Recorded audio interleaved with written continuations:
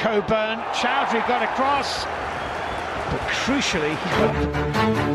এ যেন বাংলার Sergio Ramos. Hamza চৌধুরীর ট্যাকেলের কাছে স্বয়ং সার্জিও রামোসও যেন হার মানতে বাধ্য। নিশ্চিত গোল থেকেও যেভাবে ট্যাকেল করে বাঁচালো হামজা চৌধুরী, তা কত শত ডিফেন্ডারের স্বপ্ন তা হয়তো হামজা নিজেও জানেন না। কি হয়েছিল তখন, চলুন দেখে নেই বিস্তারিত রিপোর্টে।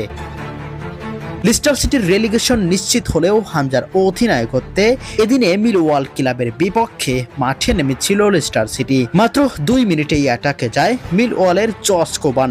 নিশ্চিত গোল হওয়ার সুযোগ থাকলেও তা অনিশ্চিত করে দেয় বাংলার হামজা চৌধুরী।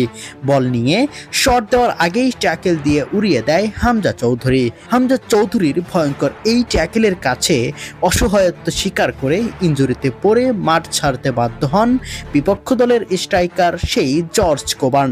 পেনাল্টি বক্স থেকে এমন ট্যাকেল শত ডিফেন্ডারের কাছে স্বপ্নের মতো, যেখানে বাংলাদেশের হামজা চৌধুরীর কাছে দুধ ভাতের মতো সহজ ব্যাপার।